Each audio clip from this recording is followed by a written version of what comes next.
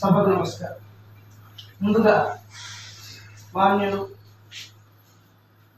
మా పొట్లపల్లి మాటల్లో చెప్తే తెలంగాణ నవలకు ముఖ చిత్రం, తెలుగు నవలకు ముఖ్యంగా ముఖ చిత్రం డాక్టర్ అప్పశయ్య నవీన్ గారు కేంద్ర సాహిత్య అకాడమీ పురస్కృతులు వారికి 84వ జన్మదినోత్సవ శుభాకాంక్షలతో ప్రతి సంవత్సరం కూడా ఇంత ముందే చెప్పాడు మిత్రుడు రాజ్ కుమార్ 12 సంవత్సరాల నుంచి తెలుగు నవలా సాహిత్యాన్ని ముందడుగు వేయించడానికి అవసరమైనటువంటి కొత్త తరాన్ని స్ఫూర్తి ఇవ్వడం కొరకు ఒక ప్రత్యేకమైనటువంటి కార్యక్రమాన్ని చేపట్టి ప్రతి సంవత్సరం కూడా వారి జన్మదిన రోజు మొట్టమొదటి నవల రాసినటువంటి రచయితకు కొంత ఆర్థిక పురస్కారాన్ని అందించడం అనేది ఒక గొప్ప విషయం.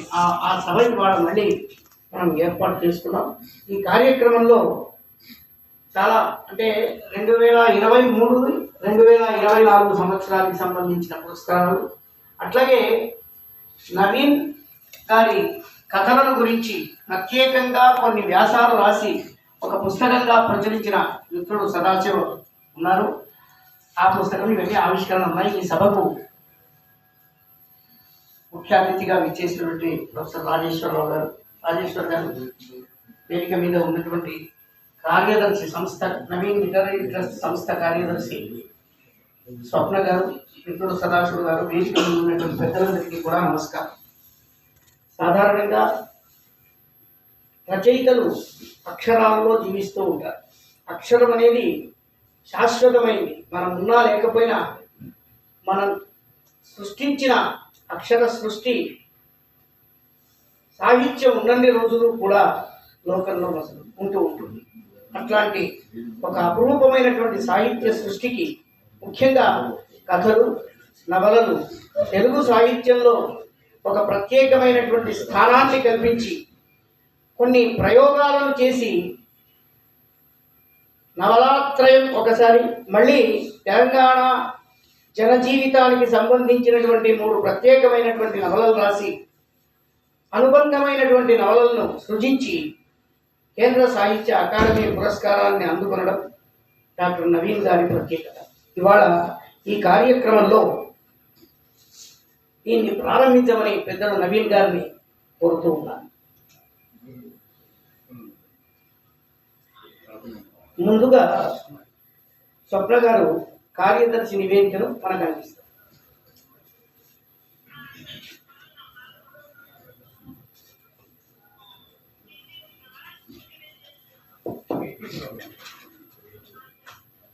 వేదికను అలంకరించిన పెద్దలకు, సభలో ఆసీనులైన సాహితీ మిత్రులందరికీ అంపశయ్య నవీన్ లిటరీ ట్రస్ట్ తరఫున సాధారణంగా ఆహ్వానిస్తున్నాను. గత సంవత్సరం మా అమ్మ ఆకస్మికంగా మా నుండి దూరం అవడం వల్ల ఈ కార్యక్రమాన్ని జరుపుకోలేకపోయాను. మా అమ్మ కోర్స్ 24 డిసెంబర్ అంటే ఒక పెద్ద పండుగ. 15 రోజుల ముందు నుండే సభను ఎలా నిర్వహించాలి అని అన్ని దగ్గరుండి చూసుకునేది. ఈ సంవత్సరం అమ్మ భౌతికంగా మా మధ్య లేకపోయినా తన స్ఫూర్తితో మీ అందరి మధ్య నవీన్ గారి జన్మదినంతో పాటు తన గ్రంథాల ఆవిష్కరణ 2012 నుండి ఎంతో ప్రతిష్టాత్మకంగా నిర్వహించుకుంటున్న తొలి నవలా పురస్కార ప్రదానం జరుపుకుంటున్నాం. నవలా ప్రచురణలో అనేక ఇబ్బందులు ఎదుర్కొంటున్న రచయితలను ప్రోత్సహించి ఉన్నత విలువలున్న రచనలకు గుర్తింపునివ్వాలని 2012లో నవీన్ గారు అంపశయ్య నవీన్ లిటరీ ట్రస్ట్ను ప్రారంభించారు. మంచి పుస్తకాలను చదవగలిగే పాఠకులు తగ్గిపోతున్న ఈ రోజుల్లో పుస్తక పఠనాన్ని పెంచి సామాజిక స్పృహ కలిగి సాహిత్య విలువలున్న నవలలను పాఠకులకు అందజేయాలన్నది మా ప్రథమ ధ్యేయం. 2012 నుండి 2024 వరకు పురస్కారం పొందిన నవలలను ఈ సందర్భంగా ఒకసారి గుర్తు చేసుకున్నాం. 2012లో ఆకుపచ్చ విధ్వంసం శిరంశెట్టి కాంతారావు గారికి, 2013 నేల దిగిన వాన వెంపల్లి గంగాధర్ గారికి, 2014లో స్నిగ్ధ ఛాయ దేవనకొండ శ్రీరామమూర్తి గారు, 2015లో అంతర్జ్వలనం సాయి బ్రహ్మానందం గోర్తి. తర్వాత ఈ 2015 నుంచి ద్వితీయ బహుమతి కూడా ఇస్తున్నాం. మళ్ళీ పల్లె ఒడిలోకి వేణుగంటి శుక్తమతి గారిది, 2016లో ప్రథమ బహుమతి సాహచర్యం వరిగొండ కాంతారావు గారు, ద్వితీయ బహుమతి తొలకరి చినుకులు శీలం విజయ నిర్మల గారిది, 2017లో ప్రథమ బహుమతి హరివిల్లు వివి శివప్రసాద్ గారు, ద్వితీయ బహుమతి గంజాయవనం శ్రీ రాజేంద్ర ప్రసాద్ గారికి. 2018లో ప్రథమ బహుమతి కొంగవాలు కత్తి గడ్డం మోహన్ రావు గారిది. ద్వితీయ బహుమతి ఆ 50 రోజులు మెట్టు మురళీధర్ గారిది. 2019లో ప్రథమ బహుమతి ఐ లవ్ మై ఇండియా నామని సృజనాదేవి గారిది. ద్వితీయ బహుమతి ఉద్యమ కెరటం డాక్టర్ సాలపల్లి యాకమ్మ గారి. అలాగే ఈ సంవత్సరం ప్రత్యేక బహుమతి అనాచ్ఛాదిత కథ ఝాన్సీ కొప్పిశెట్టి గారికి. 2020లో ప్రథమ బహుమతి ప్రస్థానం డాక్టర్ సమతా శ్రీధర్ గారిది. 2021లో ప్రథమ బహుమతి పొత్తి నడ్డా ప్రవీణ్ రెడ్డి గారిది. ద్వితీయ బహుమతి చైత్ర స్ఫూర్తి కందివనంది. అలాగే 2022లో ప్రథమ బహుమతి ఊరుగాని ఊరు కోట్ల వనజాత. ద్వితీయ బహుమతి వెనుదిరిగని వెన్నెల డాక్టర్ కె గీత గారిది. 2023లో ప్రథమ బహుమతి శ్రీకాళ సంధ్యా విప్లవ్ గారిది. ద్వితీయ బహుమతి పిడికెడు మట్టి బండారు శంకర్ గారికి. 2024 ప్రథమ బహుమతి అనామకుడు కటకోజ్వల మనోహరాచారి గారికి. ద్వితీయ బహుమతి మేకల బండ ఆర్సి కృష్ణస్వామి రాజు గారికి ప్రదానం చేయనున్నాము. 2012లో చిరంశెట్టి కాంతారావు గారి ఆకుపచ్చ విధ్వంసం నవల నుండి 2024లో ఆర్సి కృష్ణస్వామి గారి మేకల బండ నవల వరకు సాహితీ లోకంలో ఎంతో పేరు తెచ్చుకున్నాయి. సామ్రాజ్యక స్పృహతో నిజ జీవితానికి దగ్గరగా రాసిన నవలలు పాఠకుల మెప్పు పొందడం చాలా సంతోషకరం. సంధ్యా విప్లవ్ గారి విశాల జోగిని వ్యవస్థను ధిక్కరించి స్త్రీలు తమ జీవితాలను ఎలా తీర్చిదిద్దుకున్నారో ఎంతో వాస్తవికంగా వర్ణించిన నవల. బండారు శంకర్ గారి పిడికెడు మట్టి నవల తన తండ్రి కష్టాలను తన ఊహ తెలిసినప్పటి నుండి గమనిస్తూ ఆ అనుభవాల నుండి రాసిన నవల. కటకోజ్వల మనోహరాచారి గారి అనామకుడు నవలలో అమాయకుడని ముద్రపడ్డ కథానాయకుడి జీవితంలో ఎలా విజయవంతమైనాడో చిత్రించారు. ఆర్సి కృష్ణస్వామిరాజు గారి మేకల బండ గ్రామీణ జీవితంలో వస్తున్న మార్పులను, మారిపోతున్న మానవ సంబంధాలను ప్రతిబింబిస్తూ రాసిన నవల. ఈ 4 నవలను తర్వాత వక్తలు వివరిస్తారు. ప్రతి సంవత్సరం మన తెలుగు పాఠకులకు మంచి సాహిత్యాన్ని అందిస్తూ తెలుగు నవలను బ్రతికించుకోవడంలో మా వంతు ప్రయత్నం చేస్తామని హామీ ఇస్తూ సెలవు చేస్తాం.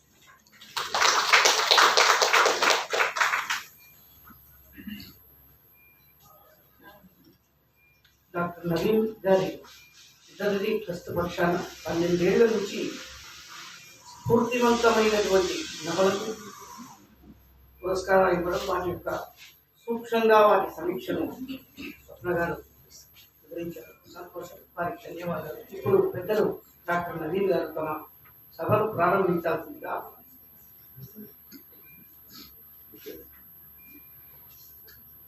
సభాధ్యక్షుడు ప్రియమిత్రుడు గిరిజా మనోహర్ గారు ఈరోజు నవలను ఇంగ్లీష్లోకి అనువదించి దాన్ని ఆవిష్కరించి దాని గురించి మాట్లాడడానికి చేసినటువంటి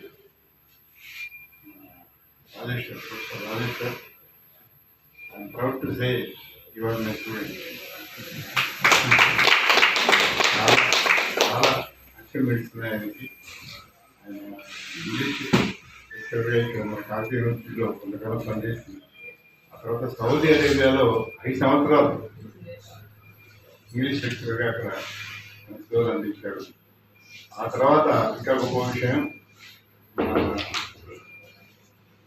మన దేశంలో ఉన్నటువంటి నలంద యూనివర్సిటీలో కూడా ఆయన ప్రొఫెసర్గా ఇంగ్లీష్ ప్రొఫెసర్గా పనిచేశాడు.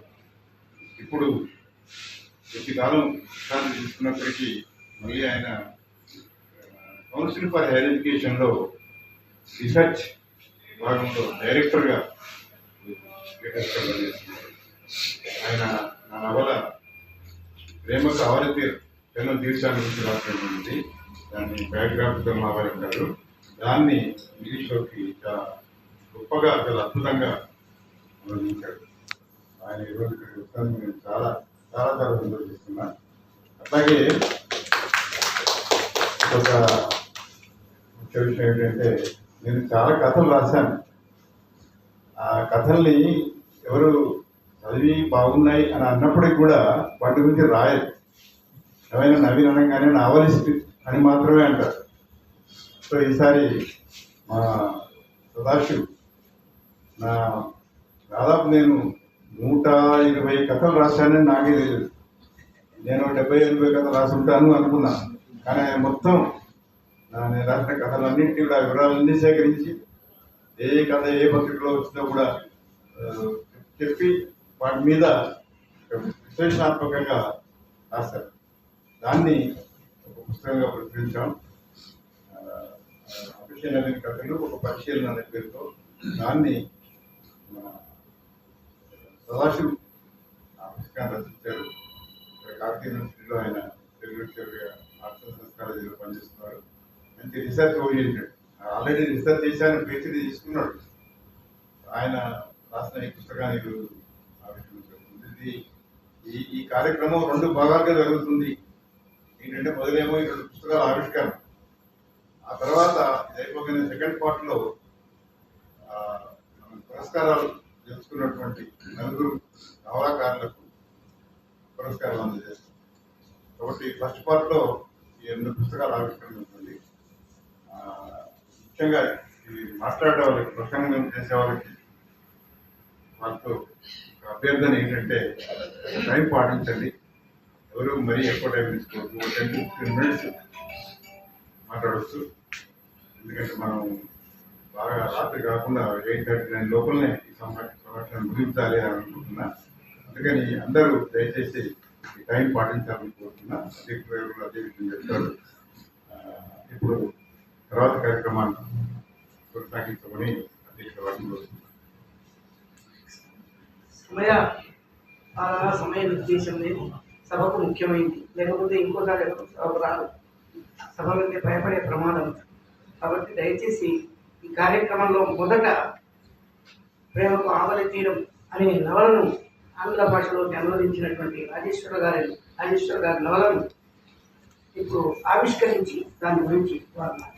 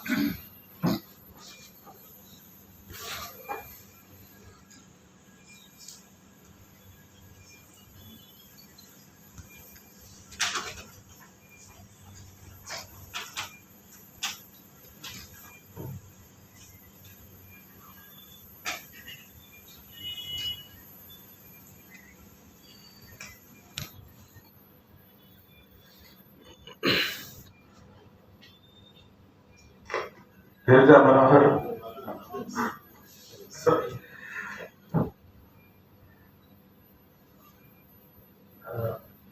Helja Manohar Rao,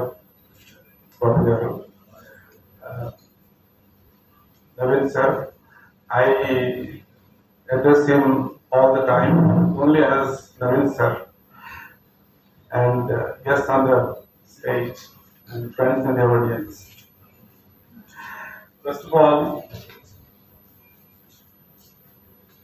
I want to thank Naveen sir for giving me this opportunity to translate this great novel.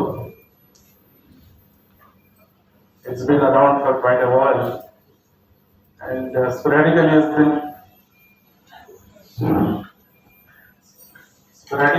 been referring to the possibility of translating it.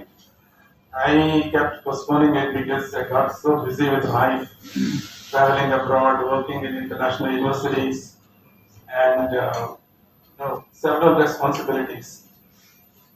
Luckily, between my time at Nalanda University and joining as the director of research at State Telangana Council of Higher Education.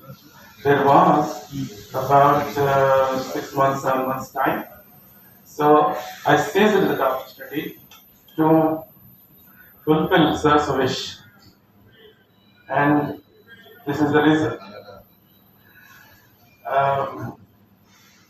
Not that I translated anything by him for the first time. In fact, my translation activity, translating his works, started in 1990s. Some of you might remember that there was a book of short stories by him, Lightscapes, that was translated and published in 1990s, and the person behind it was me. So a journey of more than something like 3 years, more than 30 years, and later in between I translated also a part of his magnum opus Collaborator into English for the Sahitya Academy. This was published by Sahitya Academy and edited by Sridhar and Alladi Uma. And recently, apart from this novel, I also translated 20 of his short stories, and some of them have already been published, and some of them are in the process of being published in various stages of being published. And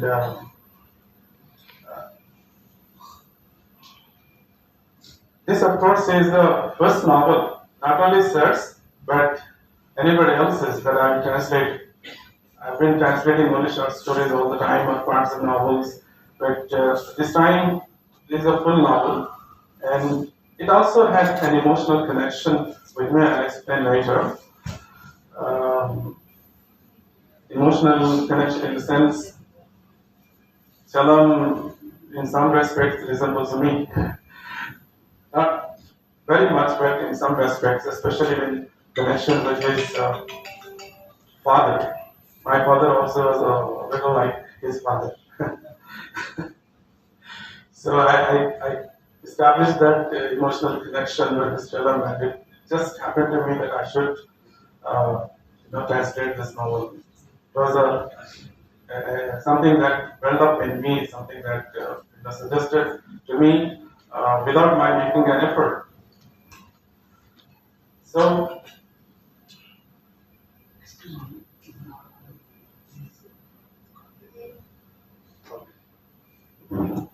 what's happening there? Others were okay with it. Otherwise it is okay. Others were okay with it. Anyway, it doesn't really matter.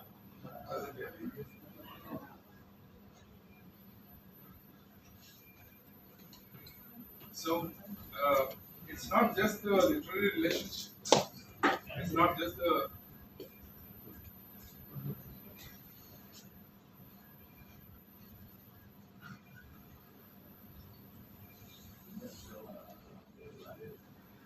okay. Is it okay now? Okay. So it's not just a literary relationship I have with Naveen sir. Our relationship, our association rather, goes back to 1975. I did not know him at the time, but I read his novel, Mulla Padalu, when I was just a high school kid. I did not know him, but I read the novel from borrowing it from the library. I was used to reading, this Yadarapudi, Sulochana Rani, and Arekapudi Kausalya Deva, P. Satyavati, Aluri Hadara kind of novels. And when I read his Mulla Padalu, it was a very different kind of novel. I started asking myself, is it possible that a novel like this really is written? Because it didn't resemble any of the novels that I read up until that time. So, you are an experimentalist, and continues to be an experimentalist right up to this point. So that was the beginning. But when I joined SRR College in Karimnagar, that was the first time I met him. He was my teacher of economics. So from there onwards, it has been a very close emotional bond, and literary association continued, of course, in the form of translation and other activities. So mentioning this novel, it's a new concept novel. New concept in the sense uh, experimental and new concept, because nothing like this, as far as I can recall, nothing like this has ever appeared in the Telugu language. A biographical novel uh, based on the life of a celebrity author in this context. So, as I said already, he likes experimenting, starting with the Stream of Consciousness, first novel, and now a biographical novel, and still later, Anuraga Deepam, another experiment in a way. So, in English, of course, we have had this kind of novels, Irving Stone especially. I understand Irving Stone was a bit of an inspiration for this novel. And it's based on Vincent van Gogh, you know, his story, Lust for Life, by Irving Stone, based on famous painter. Incidentally, today is Sir's birthday, but it also has a historical significance, especially in the context of Vincent van Gogh. You know, in